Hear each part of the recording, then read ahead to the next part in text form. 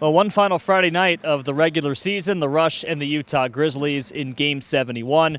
Rapid City 3-2 winners in regulation back on Wednesday. Chad Costello alongside Rush associate coach. All right, so regulation win, a one-goal win, a familiar setting. The Rush and Grizzlies playing a close one. Your thoughts on a pretty good win and a record-setting win on Wednesday as well? Yeah, I thought we played pretty well. We had a few mistakes, and they capitalized on a few of those, so we'll clean those up. But I thought we played a lot of skill and speed, which is kind of how we want to finish here. Let the players play and play with confidence. We can't fight for the playoff standing, so make sure they know what they're fighting for and help them out along the way, and have a good finish of the season here. What'd you tell your guys, knowing that Utah's not playing for standings points, you guys are not either, but there's a lot of pride on the line. What'd you tell your guys going into it? Yeah, I thought it was important that we show up to the rink at 5 o'clock and be the group that cares more. You know, it's a weird game knowing that the standings are set for us anyways, and for them. So it's a weird setting, but it's always better to win those games than lose. So and you want them to enjoy the game, and in order to enjoy the game, they need the puck and they need to work for the puck. So make sure they care more than the other group is our message. So Ryan Wagner came in 3 assists short of the ECHL record for this Rush history. Aliardi with 48. He gets a 49 with 3 assists and all 3 goals, all primaries as well. What kind of a night did he have, and how good is it to see the guy that you're using as your captain to break a record like that? Yeah, we definitely want his name on the top. He's so deserving, and it's important to our group that he gets those accolades and he gets those records. And second team All-Star. We kind of thought he should have been in the first team, but top 6 forward in the league. That's pretty incredible, and good for him on that. And he's an even better person and teammate. So it's everyone's cheering for him to get that record, and he made no mistake getting the 3 assists, like you said. I don't know if he knew he needed 3, but he sure acted like it. So it was nice to see, and hopefully we see him get that points record as well here this week. Yeah, 3 points away as well. I feel like he doesn't care about the individual stuff, but he has to deep down know it's a pretty cool thing to experience in your first year. Yeah, you're exactly right. He's not a selfish guy, but anytime you can do something like that, you should. And whether he cares or not, we do. So we want him on top, and I think he'll get it done. What was the reaction like when you guys found out that he got the record?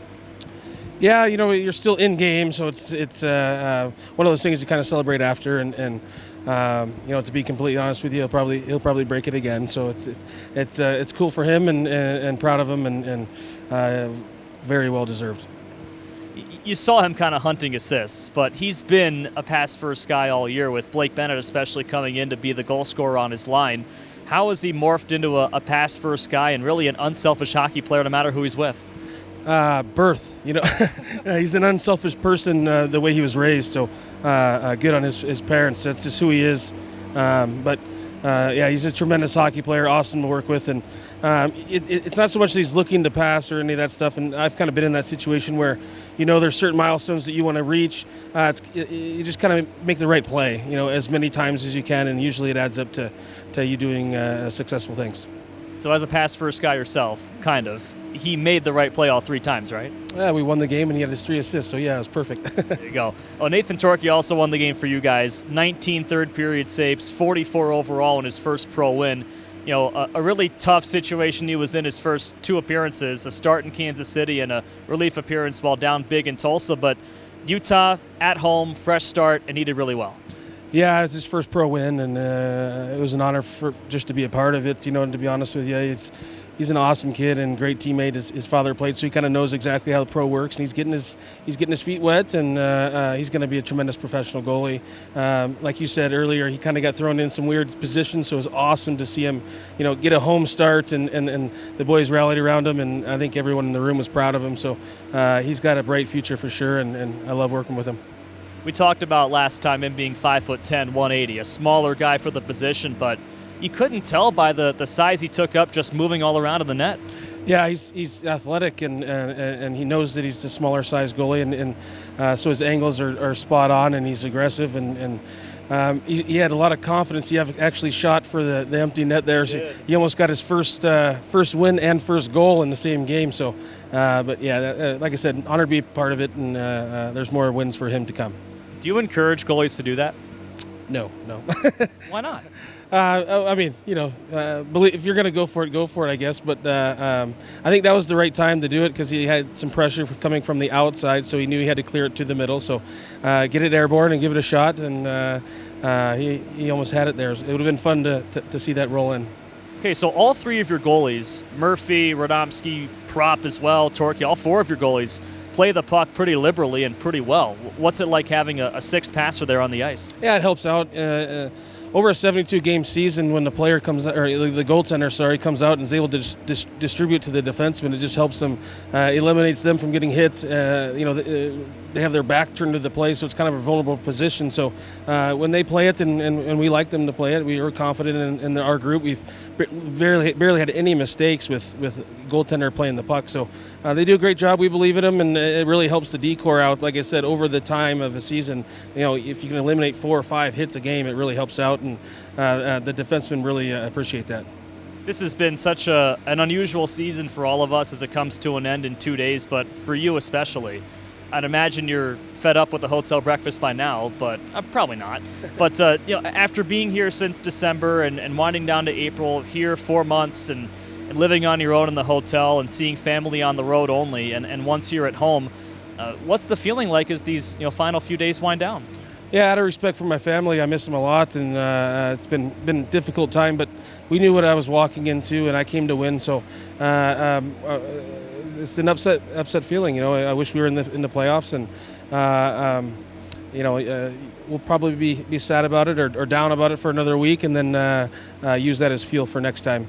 Absolutely, use it as fuel, and I hope the players do that as well. They need to train hard and be ready to not let this ever happen again. But there's a lot of positive things that I learned and grew as a coach, and I'll remember those. And hopefully the players enjoyed it having me. But yeah, I'll miss it, and I wish we were still playing. That's for sure. But it's going to be great to hold my kids and see my wife. This team won a lot more with you than without you in first half to second half, more than double the number of wins with you versus without you. That being said, you mentioned the fuel and getting on it early on. What's your plan for the off season in most years? Is it right away, just take a week off and get going again? Yeah, it is. Yeah, I like to, when you don't make the playoffs, I think it's important to use that time wisely. Obviously, for health reasons and all that stuff, you need to relax the brain a little bit. But, I don't like to be outworked in the summer, and it just helps the team get off to a better start. And so, yeah, I like to get to work right away, but a little time off to relax will be great. Are you on the phone more off season or in season? Oh, geez, it's a little more spread out in the off season. It's a few players a day kind of thing, and a few agents a day kind of thing, and where in season it's some of those days you run into a lot of stuff. So life as a ECHL coach, though, so we're used to it, and we can handle it. All right, last thing, what do you want to see tonight? Just a win, and the players enjoying playing for each other.